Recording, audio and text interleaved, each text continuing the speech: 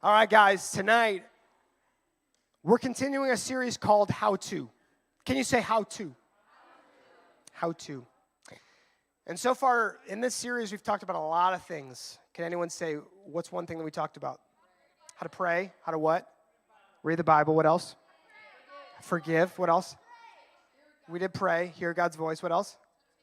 How to defeat temptations. Yeah. Is that it? Yeah. All right. Okay. Tonight, the title of the message is How to Get as Strong as Aaron's Slaymaker. How to get as strong as Aaron's Slaymaker.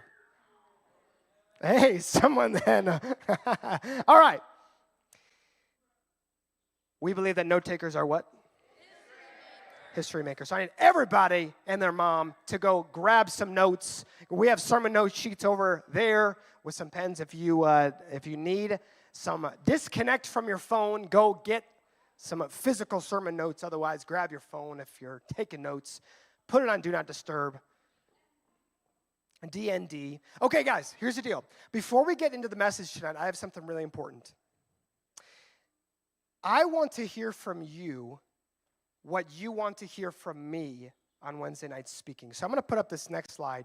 If you have a topic, an idea, or a book of the Bible that you would like me to talk about or have someone talk about here on a Wednesday night, please text that to the number on the screen, 319-462-8559. A topic you've been curious about, hey, how does this relate to the Bible? Or I've been really wrestling with this, or I really want us to dive into this part of the Bible. Please text it to the number. I will not see who it is that's texting. All I will see is the topic or what have you. Sound good? Yeah, you guys texted? I saw 2 people do that. Yeah, you good? Okay, we good. Do I need to keep that up there any longer? Or no? Yeah? No, you're good. You're good. Okay. Now, tonight, if you're taking notes, we're talking about how to understand God's will. How to understand God's will. You guys want to know the answer to this question? You can't. That's it. Let's pray, and we're done. Father, Sorry, yeah. How to understand God's will. Get up for Greeley Sloan, everybody. Sloan. How do you pronounce your last name? Sloan. How to understand God's will. Okay. Are you guys ready? How to understand God's will. Another way to say it, to make it easier, how to understand God's plan. How many of you guys had a good chat talking about Romans 8:28? You guys had good content, good things to share. Does anyone want to share something they learned about that verse? What's something you learned about that verse, Oliver? Everyone is called, but only the people who actually go to their calling are you get to go see God. Only people actually follow their calling get to feel God's goodness. Okay. You guys agree? Disagree? I don't know if you guys heard what he said. Some of you guys are processing. Does anyone else have anything that they learned from that verse? Thanks. Cool. All right. There are 2 types of people in the room. Planners and free flowers. I'm generalizing. Planners. So you're the people, you got everything planned, everything's scheduled out. If something doesn't go your way, that's something that you had planned, you get pretty frustrated, right? Can I see your hand if you're that person? You're the planner. My wife's probably raising both of her hands. You're the planner. Now let me see the other kind of person. You're a free flower. Free flower. Yeah. They're more happy about it, right? More spontaneous, more like fly by the seat of my pants. Like I'll leave my options open because you never know what's going to happen. You know what I'm saying? Is that you? Is that anybody in the room? You're like that. Yeah. I'm more like that. Yeah. Opposites attract though, right, Kel? She keeps me in check because I'm more of that, right? In college, we lived about 45 minutes away from a theme park called, what's it called? The one in Branson. Silver Dollar City. And there was a day we had off. Actually, it was canceled because of weather or something. And I'm like, hey, no school. Guys, let's go to Silver Dollar City right now. Hop in the car. And everybody's like, I got homework. I'm like, I don't care. Let's go. And we did it, and it was an awesome time. Kelly did not go because she had to actually get her homework done and whatever. Planners and free flowers. Now, here's the deal. No matter what your preference is, I want everyone to understand this. God has a good plan for your life.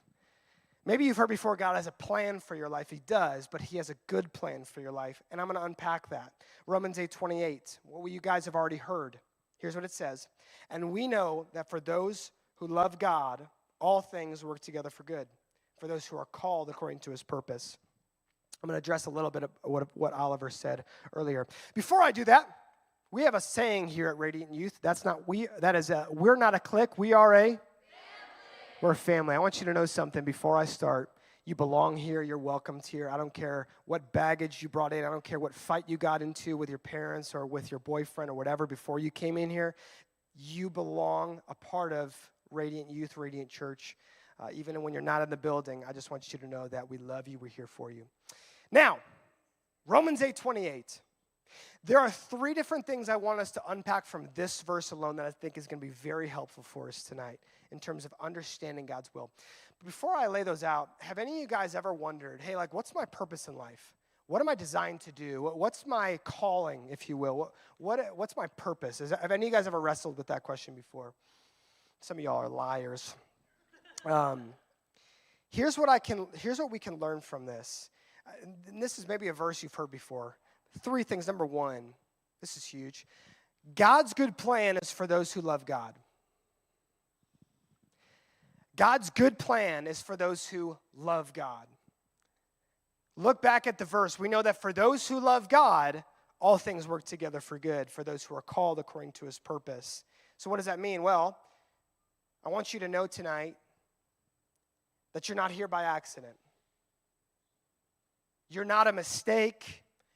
Your life here on earth is not by chance, but you were created on purpose for a purpose, and I'm telling you it's to glorify God. So recognize that your life isn't an accident and put your faith in Jesus. Why? Because the best life you could ever live is by loving God and following him. The best life you could ever live is not by just doing whatever you want, but it's by following God and putting your faith in him, because God's good plan is for those who love him. And number two, God's good plan is worked together. Worked together. How many of you guys have a job right now? You work somewhere. Yeah. How many of you guys like, not me, man. I got nothing to do. Yeah, baby.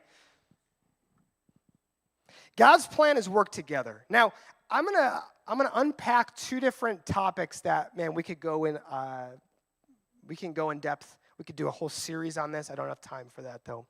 We're going to talk quickly about God's sovereignty and then our free will. That's big words, but let's break it down. Number one, underneath this, God's good plan is work together. Let's break it down. Number one, God is sovereign. God is sovereign. What does that mean? Meaning God is in control. Put simply, God is sovereign, meaning he has all authority over our lives, over the world. God is sovereign. Okay? The second part, though, is that we as humans, have a free will. We as humans have a free will. What does that mean? We have the ability to make our own decisions. How does that make sense? Well, first of all, I don't think any of us can truly comprehend God's sovereignty and our free will put together. And here's what I'll say to that. Some people are like, hey, if you don't understand all of God, how can we trust that? I would say the opposite.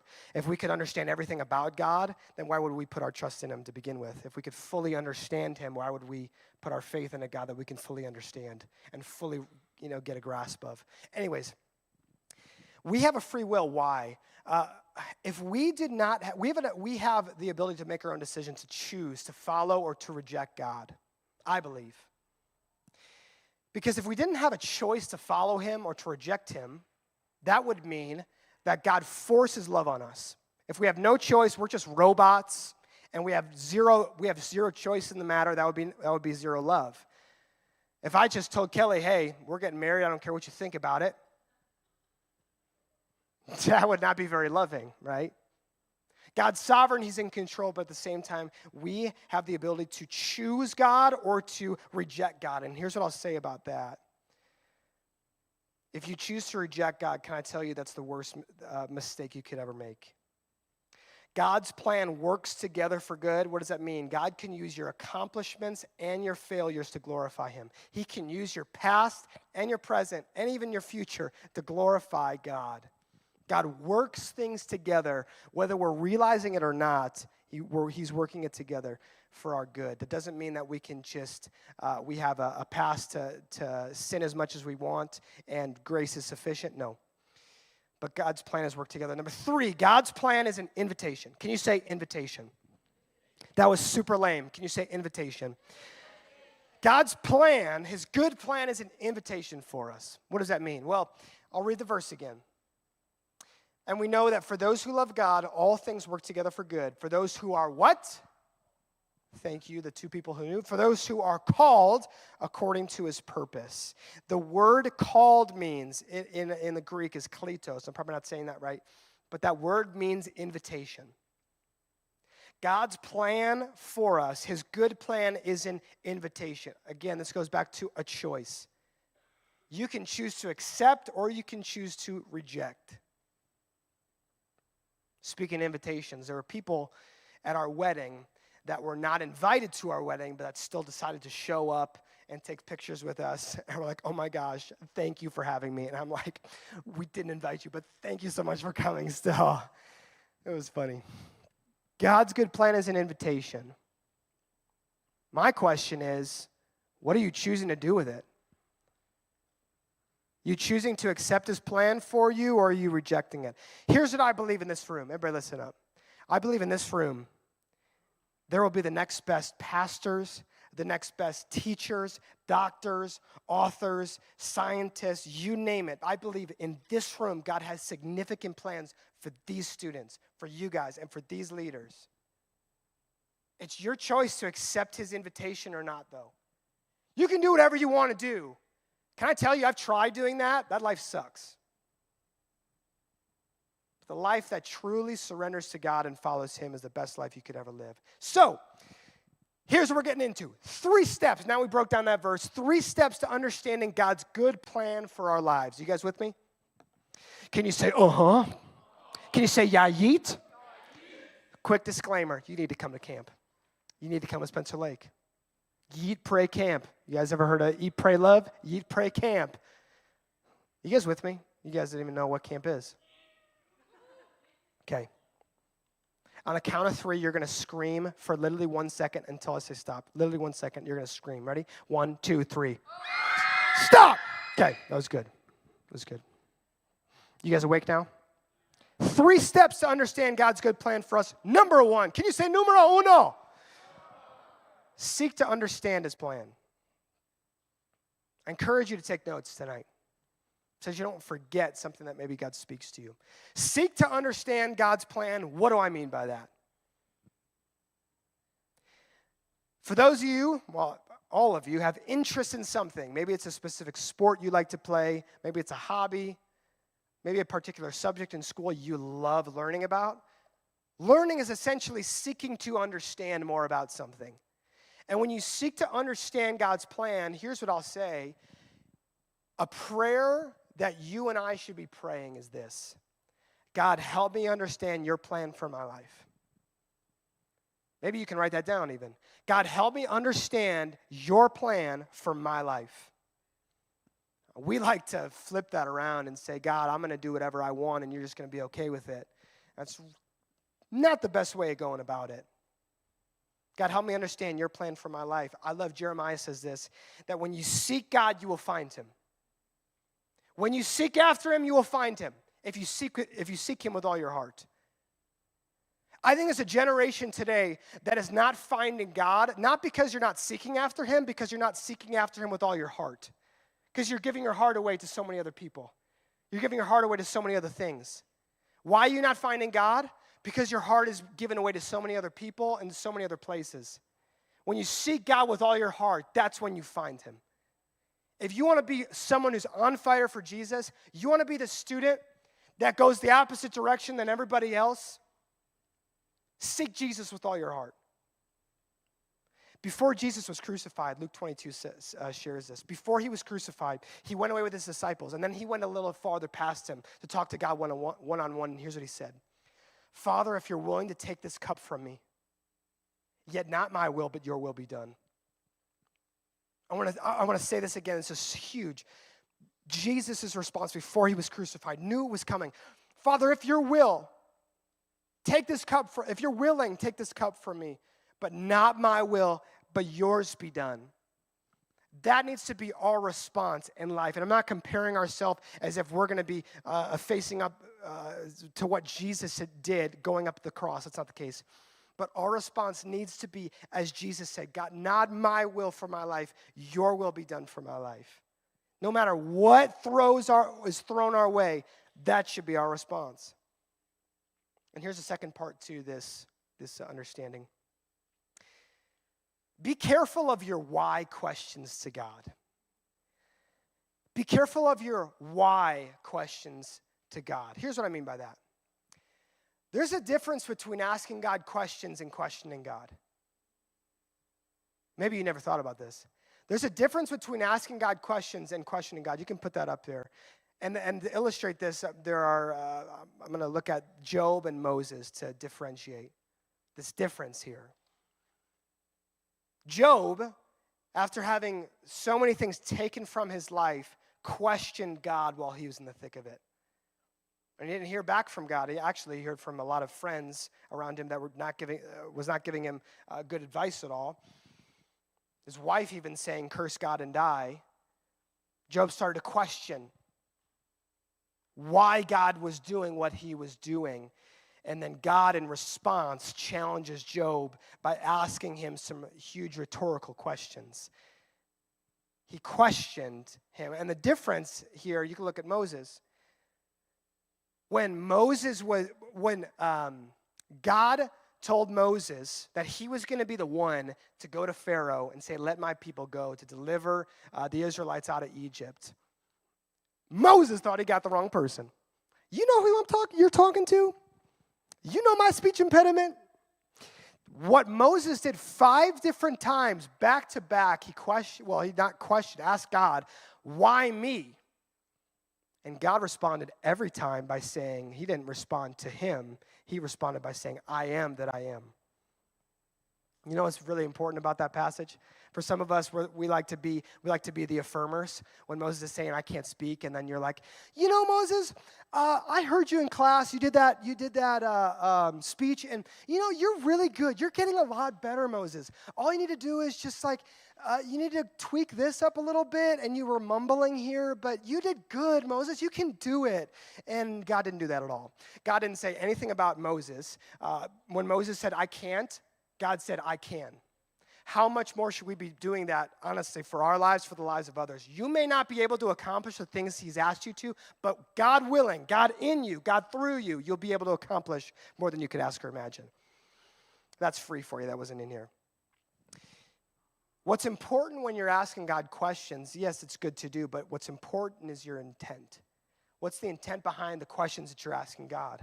Are you questioning God like, God, why did you even put me here? Why am I in the job that I'm in? Why did you give me this friend group? Why am I in this family? Why am I a part of this? Doesn't make any sense. It's really interesting. Where is your intent coming from when you're asking God these questions? You're like, God, I don't think I can do it on my own. God, I don't know why you chose me, but yet I'm going to still follow you. So number 1, seek to understand his plan. Number 2, be faithful where you're at. We have the band come up. Be faithful where you're at. Number 2, be faithful. How many of you guys have ever been in a job that you don't like? Maybe it's a job you're in right now. Only 7 of you. Wow, okay. Everybody else, you love the jobs you're in, huh? So I grew up, the first job that I had was at Culver's. How many of you guys love Culver's? You're Culver's fans? Yeah. Butterburgers? Come on, somebody. And custard? Oh my gosh. Chocolate Oreo Volcano, my favorite flavor of the day. Super good. Loaded with calories and sugar and all the stuff. Oh my gosh. You guys have a flavor of the day at Culver's? Does any of you guys have like a favorite flavor? Cheese curds is the yeah. I didn't know they came up with a cheese curd flavor custard. That would be awesome. Ranch? What? Oh, you're saying sauce? Ranch. Okay. Just sort of straight up ranch. My grandpa would actually, as dessert, after he would eat his meal at Culver's, we'd meet every Thursday with my grandpa. And for dessert, he would take his leftover barbecue sauce that he dipped his chicken in, and he would literally just soup it up with a spoon. Grandpa Bob for you. Gotta love Grandpa Bob. R.I.P., you know what I'm saying? Okay. All right. I gotta spit out my gum. Sorry. Sorry, guys. Can you say gross? Ah! I worked at Culver's when I was 14. I made $7.25 an hour. That was minimum wage. I thought that was a lot. I'm like, oh my gosh. Now you guys are making, what, 15 an hour? Whatever. 16? Yeah, okay. And then after I worked at Culver's for 3.5 years, I worked when I first started out of high school. I ended up working at Walmart. Does anyone work at Walmart? Just want to, okay. I worked at Walmart, and I'm like, God, why the heck am I working here? This is literally the worst. Cops are literally called every day at my location because that's literally not a good place. And I worked at the cash register. After that, then, in college, I worked at, you guys have probably heard this before, CSI, Crime Scene Investigating Unit, wasn't that? Central States Industrial. I worked at a industrial company at a desk job. I was a data entry admin. And I worked there for 2 years. While I wanted to be just pursuing church ministry, I didn't know why I was working here. I was confused. I literally, for all 3 of these locations, I was just praying, God, why am I here? What am I supposed to do? God, you know where I want to be, and this is not it. And I had to trust God. But what I learned throughout all of these, and these are honestly, actually, let me take a step back again. Then, this whole time for the past 14 years, since I was 11 or 12, I've dealt with significant pain in my body, in my neck and in my jaw. I have degenerative joint disease on the left side of my jaw. I have a rotated vertebrae in my neck. I've seen all sorts of doctors and therapists. I've been in 100 different waiting rooms with doctors saying that they're going to help me, and I've found zero help from any of it. What I've learned, though, through all of that, and Kelly's had a similar story, I've had dreams God's given me, have not come to pass. There are things that He's given me, and I've written them down in a journal, and I've seen none of it come to pass. But still, throughout all of that, I've learned one thing, and I want you to understand this. Do not give up on the things He's given you. Do not give up where He has you. There's a reason why God has you where He has you. Don't throw in the towel. He's teaching you something. He's teaching you something by being there. He's teaching you something by being in that family, by sitting next to that person in class, by having a locker next to that individual. He's teaching you something. I love Galatians 6:9 when Paul says, don't become weary in doing good things, for at the proper time we will reap a harvest if we don't give up. There's something to know about God's timing. He's never early, He's never late, He's always right on time. But God, it doesn't make sense. But God, I wish it would have looked different. But God, I just don't understand. You don't need to understand it all in order to still follow God and trust that He has the better plans than you could ever have. So my challenge for you is this. Keep praying. Keep being consistent. Keep inviting that person. Keep loving on that person. Keep sitting by that person at lunch and nobody else wants to. Keep serving. Keep being joy-filled. I'm telling you, it's your faith that people are going to see. Man, what is it with them? They've gone through all that and yet they're still joyful? Be faithful. Seek to understand His plan. And number 3, and this is more specific, know that the puzzle pieces of your life will come into alignment at some time. Know that the puzzle pieces of your life will come into alignment at some point. What God starts, He always finishes. Can I tell you, when I was at Walmart, I'm like, God, why the heck am I here? And then it was very interesting. I was at this certain cash register, and it'd be busy. But there'd be many people who go through the line, and they're just talking to me like, hey, how's your day? And I'd be asking them, and they end up just being super vulnerable with me. Like, hey, we just got a divorce. Hey, this thing just happened to my kid. Hey, all these different things that they would share with me while on the line. And I'm like, whoa. I'm like, beep, beep, tell me more. Beep, and what I realized, what God honestly helped me realize after I asked, why am I here, is these people were kind of releasing burdens while we were just talking.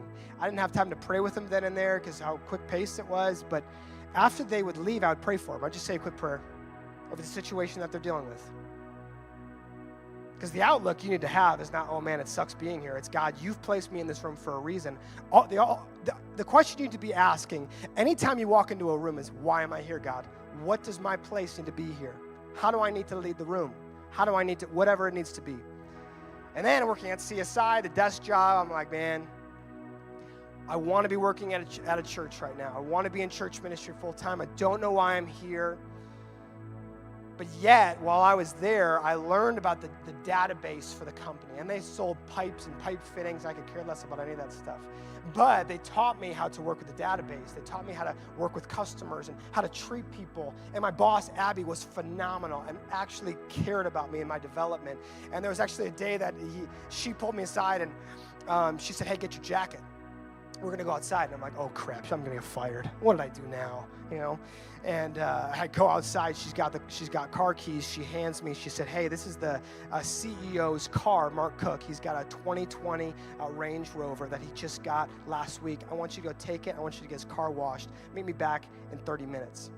And I'm like, what? Are you kidding me? Like, do you know how old I am? Do you know, do you don't even know my, driving record? You don't know how many speeding tickets I've gotten in? And I didn't get that many, just 3, But,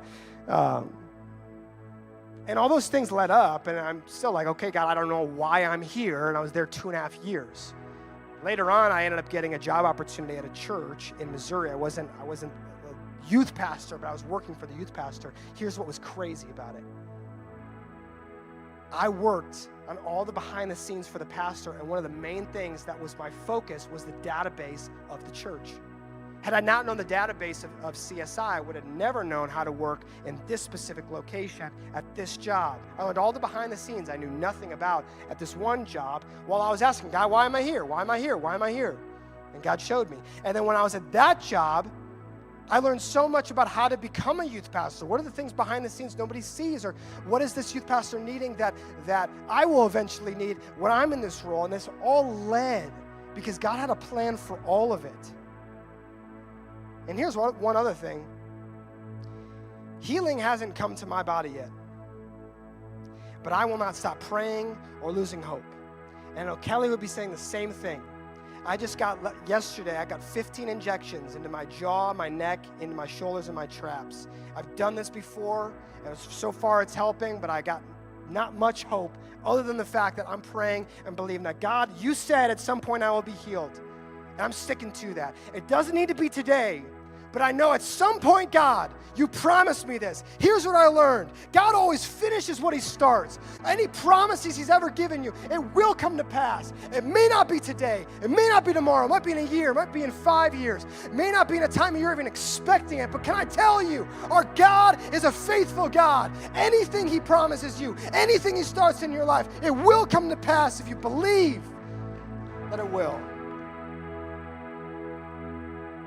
Just because you don't have faith in it doesn't mean that it won't come to pass. Philippians 1:6, Paul says this. Paul was sure of this, that he who began a good work in you will bring it to completion at the day of Jesus Christ. He who began a good work will bring it to completion. So don't give up. Seek his will for your life. Be faithful where you're at. Why? Because his good plans are in store for you. Don't lose sight where you're at, middle schooler. Don't lose sight where you're at, high schooler. You think that this is it? You think this is all you got? You think there's nothing ahead of you? Are you kidding me? Man. If only I would have gone back and taken advantage of so many moments that I missed with my friends. that I missed with my teachers, with my family. I took advantage of so many things. If I could only go back to your shoes, I would have done some things different. God's given you so much influence where you're at now. He's given you so many opportunities where you're at now. Why are you questioning him? God always finishes what he starts. So stop seeking the popularity. Stop seeking the people. Stop seeking perfection. Seek God above everything else. Matthew 6:33. Seek the kingdom of God above everything else and live righteously. Why? And all these other things will fall into place. All these other things will be given to you. When you seek God above everything else, maybe tonight you can identify with the fact that you've been dividing up your heart into different segments and saying, here you go, friends. Here you go, that relationship. Here you go, that addiction. Here you go, that other thing, that other hobby, that other sport that's been taking over my heart. When you seek God with all of your heart, you will find him. He's not hard to find. He's right in front of you. But can I tell you, can you pray tonight? God, all I want is you. Father, I pray our hearts tonight are completely sold out for the name of Jesus. Would they not be on anything else? God, our focus and our attention is on you. God, I pray you would reorder some things in our life, some priorities that have been out of whack. Because, Lord, we know you have good plans for us. But God, we just pray that Romans 8:28 over us. We know that for those who love God, all things work together for good, for those who are called according to his purpose. In Jesus' name, amen. Everybody look in here. Here's what we're going to do to end. There's a song called Good Plans by Red Rocks Worship. They put this together a few years ago. I love this song. Tonight, we're just going to take a time to worship and to really understand the fact that God has good plans for you. Hear me when I say this. We said, Mike McManus helped us understand this earlier. God's good plan for your life, his will for your life, is not a burden that should be weighing you down. Jesus said when he was on earth that his yoke is easy and his burden is light. What does that mean? God doesn't put weight on you. He, quite frankly, takes it off you. But you need to seek him with all your heart. Some of you haven't done that in so long. Some of you, all you think is worship is the 10 minutes that we have before service, before the message. That ain't worship. Worship is a posture you have. It's a decision you have. It's a mindset that you have. So tonight, here's what we're going to do. We're going to spread out in a second, and we're going to worship tonight. But I don't want you to be by your friends. I don't want you to have any distraction. Maybe you need to put your phone at your seat and you're going to leave it and just say, God, all I want is you. So at this time, I want everyone to stand up, spread out, and the team's going to lead us in the song. Let's just take some time to worship him.